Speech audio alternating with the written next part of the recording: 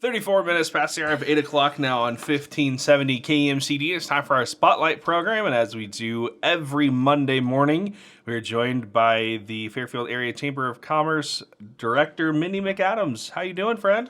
I'm good. How are you? I'm good. Did you enjoy your shortened weekend? I had a really stressful weekend, but you know what? It was fine. It was totally fine. Well, of course, on Mondays, as always, is our chamber talk with you. And before we get into your guest here, we just heard there some information on the awards banquet coming up. Can you give a little bit of information on that first? Yeah, so we have notified almost all the winners. We've got a couple more to get to. And so that's on April 20th. You can still submit your Citizen of the Year application through Friday. Those folks will meet next week, and they'll pick the winner. We've got some feedback that people are like, do I really have to wear like blingy clothes? No, just remember it's an awards banquet. It's a prestigious event. So wear your nice clothes, no blue jeans, no children, all the fun things. But it's going to be a great time. I'm looking forward to it. The food is going to be great. We've got a pork roulade. We have a chicken and a white wine sauce. And we have, for the vegetarians, portobello stuffed mushroom caps. So if you're a vegetarian, we do need to know that in advance because we have a limited amount of vegetarian options. And also, can you just kind of run down some of the events that you have coming up this week and maybe over the next couple of weeks as well throughout the area and the chamber members? Yeah, so this Friday we have Business After Hours, which we have Mr. John Morrissey in the house today, so we're excited for that one. That's always a good time. We did have to move the legislative forum. Schedules for our legislators are sometimes difficult to schedule around, so March forums will actually be on April 22nd, I believe. So that will not be this Saturday, which means I can drink a little more. No, I'm just kidding. And then the awards banquet is our next big thing at the chamber.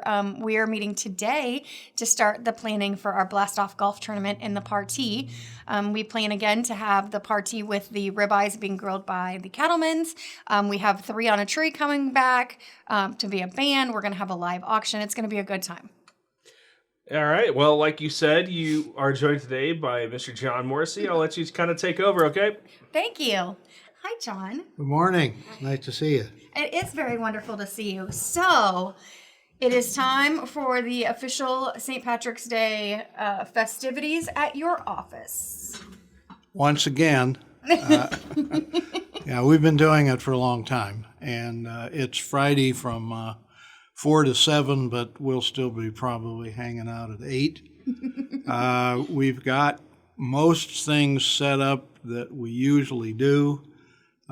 It's essentially all chamber members are invited, as well as courthouse personnel, city hall personnel, a wide variety of friends and clients come, and we probably run 200-300 people through the downstairs over at the office in 4 hours. Absolutely. So it's a good time, though. Yeah, we all day that day. The idea is to have a little Irish in you, and we do have a downstairs setup that has a St. Patty's room, and people that come to that room would be offered an Irish coffee. We call it either virgin, which is coffee with sugar and whipped cream, or not so virgin, which you can have a variety of beverages that will make the coffee more true Irish coffee. We've got a couple new things that we've added to the menu this year, and we just have to have you show up to find out what they are. Ooh. Other than that, we have a whiskey's table, which is probably 4 or 5 dozen sampler bottles of Irish whiskey that have accumulated over the last 30 years. And we have a creams table for people that like Baileys and things like that. We have about the same accumulation there. And then we have other beverages that people either like to mix, or we have a table with 4 or 5 tubs of import beer. Yes. And that is about the extent of what there is that has some percentage contact to it. The content is not what's important. The importance is to have yourself a beverage on the house. We also have a wide variety of juices, pops, different kinds of flavored waters, and other coffee that sometimes people will ask for, as well as the large conference room table downstairs has what I call the Irish foods, and we always have a couple of tureens full of lamb stew. I stay up all night making that, Mendy. Oh my goodness. It's a heck of a feat. Actually, my wife Nancy, who was a prior chamber exec, helps quite a bit. We also will probably this year. We usually have another pot with something like either corned beef or ham and cabbage. So there's something hot for people to put on their plate. There's also a big shrimp tray. There's a big meat tray, big cheese tray, veggie tray, fruit tray. There's food everywhere. Those take up the table, along with a lot of sweet things and chips and dips and so forth. So there's no reason for anybody not to have something to snack on, have an Irish coffee or a beverage, and see a lot of other people. We probably have an hour or two where I just refer to it as standing room only or bumper to bumper. We have a lot of people that I see maybe a few times a year, but they hang around more than most times. We have a couple groups of people that show up and read toasts or walk around making toasts. We have some pretty good toasts at times, and sometimes we'll toast our departed friends. Sometimes we'll toast things that have happened. We also have a couple groups that are very, very good singers. Yes. I don't want to take a thing away from them because some of them do repeat performances without being asked. Sometimes maybe more singing than most people are up to. And there's always Irish music in the background. There's always some things going on as far as some of the people that come down. We have some questionnaire quizzing at times. We have once in a while somebody will tell a story. For the most part, we make quite a bit of noise, but we confine it to the offices over there. It's also a chance for people that haven't been in a working law office to kind of see what goes on over there. We have a pretty complete library in our office, plus lots of computers. A couple conference rooms will be decorated, and a couple of work offices. And the downstairs area is separate from the upstairs area, so we'll have some rooms that are pretty clear and pretty clean. Then we've got some rooms that we just close the doors on, and of course some of the things that go on are probably confidential, and we keep that out of the public openness. But other than that, this has been going on since the mid-'80s. Actually, earlier than that, we used to, we've officed about 4 or 5 places in town, originally over in the old Savings and Loan, which was then Midwest One Bank. Later, we had some friends that were at the bank, and we had some friends across the street that were lawyers, and we got together and we spent about an hour together just doing some St. Pat's toast back in the 70s. Wow. And then we moved the offices when the building was totally taken over by the bank up to what is now Petra's Park.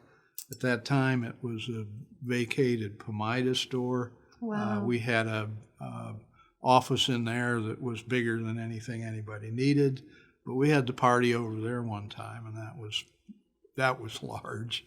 Then we moved up the street to the area that you would recognize as the former Mainstay Bed and Breakfast. That was one of 2 offices we had in that block.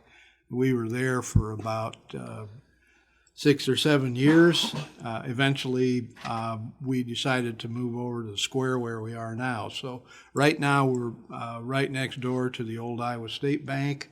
The bank is now owned and occupied by CoLab and the Fairfield Area Economic Development Association, Grow Fairfield, or FEDA, is next door. So we have a working relationship with those folks, and it's a nice businessy neighborhood. We used to call ourselves the North Court Mafia. Most of us that used to joke about that have either moved on to at least being semi-retired, or they just aren't uptown anymore. But it's still a good group of people along Court Street. We try to make sure that everybody in the business district knows about this. And that's about as much as I can tell you in a nutshell. So Friday from 4 to 7, go to Morrissey Law. Enjoy all of the things that are Irish. You've made a lot of impact on our community. You've done work with a lot of really memorable organizations. Well, we've got fortunately generous people in this community, Mendy, and some of them I only see them at St. Patty's except for board meetings. And since the 70s, we've had the good fortune of having a development association turn out just fine. The Greater Jefferson County Foundation started about the same time, and they've developed into a multi-million-dollar community foundation. We've got a Park and Rec Foundation that's done some very good things with parks and the complex for recreation. We've got a museum foundation that's growing right now, and they've got some projects that are almost fully funded, and they're going to make that place over and preserve it for another 100 years. And, I can tell you, between education, other facets of the community, there are probably about 20 foundations in the community right now. And we have some things going on every year where someone in the community has been generous to one of those types of projects. It's not every year for every project or foundation, but the people in the community, when they step out, they do very nice things. Absolutely. Civic Center is something, the Chamber of Commerce has a foundation too, as far as that goes. But the Civic Center, about every 5 years, they need a boost too. Absolutely. The pandemic was hard on everybody. We've had this party for over at our offices at the present location since the mid-'80s. The Chamber partnered with us in '92. And so it's about 30 years now with the Chamber, except in 2021, we didn't have any party. It's the only time we didn't, and it was the pandemic. And everybody was masked. And it's just no fun to have Irish coffee through a mask. And it muffles the singing as well. Lamb stew doesn't taste the same. There's a lot of things that can be said about why pandemic isn't good for a party. But anyway, we also are glad that that's behind us. But anyway, we've got a lot of supportive people in the community. It's always good to get together with them. And it's something that we try to have a fun time for a few hours, and we get back to business. Absolutely. Well, thank you for hosting. Thank you for joining us. You're out of town. You can't go. No, I know. Unfortunately, I'll be out of town, like you said. So unfortunately, not able to attend. But it does sound like it'll be a great time for everyone involved. And like you mentioned, shoulder to shoulder.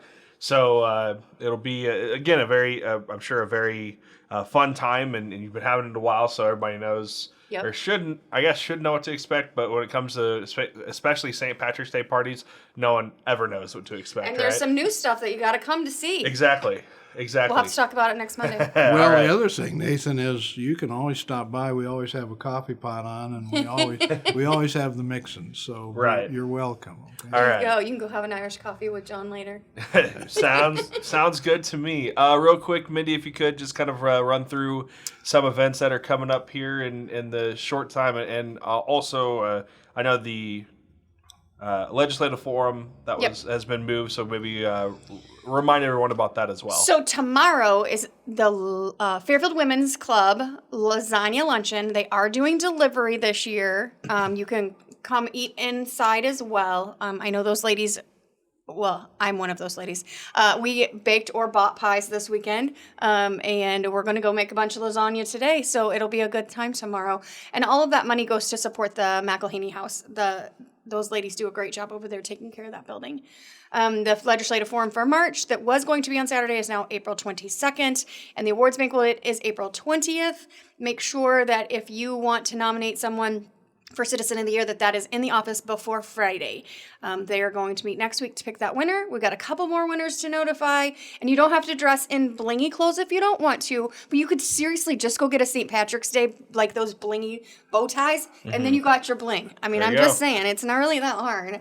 But the awards banquet will be a really great time. Make sure you get your seats reserved. We are just about out of round tables for reservations, so... Yeah, and with the warmer weather coming, I'm sure you got a lot more things to get ready for, so it'll be a busy time coming up, huh? Absolutely. All right, well, of course, thank you both for stopping in. Of course, every Monday is our Chamber Talk with Mendy McAdams and her guest today, Mr. John Morrissey of the Morrissey Law Offices, who are having that St. Patrick's Day celebration as part of the Business After Hours this Friday from 4 until at least 7 o'clock, as it says on here. And again, that's over at the Morrissey Law Offices on Court Street. So thank you both for stopping by, okay? Have a great day. Yeah, Thank you much. Thanks, very you much. too. All right, it is 51 minutes past the hour of 8 o'clock on KMCD. We'll get into hog markets next before getting into classic country, and then CBS News at the top of the hour right here on 1570 KMCD.